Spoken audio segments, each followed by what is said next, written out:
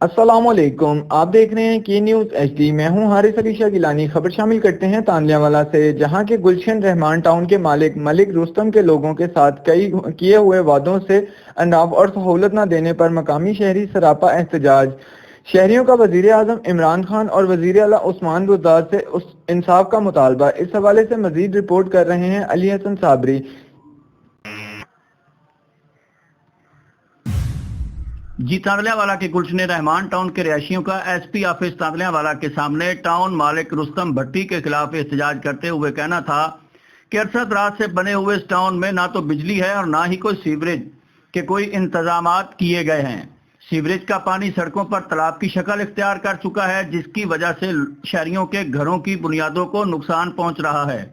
लोगों का कहना है कि जब भी मालिक टाउन रुस्तम भट्टी के पास गए, जवाब में मिलता है जहां आना है जाओ, जो करना है कर लो, जिस इदारे की तरफ मुंह करना है करो, मैं किसी इदारे से डरता वरता नहीं। लोगों का कहना है कि इंतजामिया की जानिब से बर वक्त कार्रवाई न करने पर हम एहतजाज कर रहे हैं, क्योंकि ये सब तो मिले हुए हैं और जब तक हमें इंसाफ नहीं मिलता हमारा एहतजाज जारी रहेगा।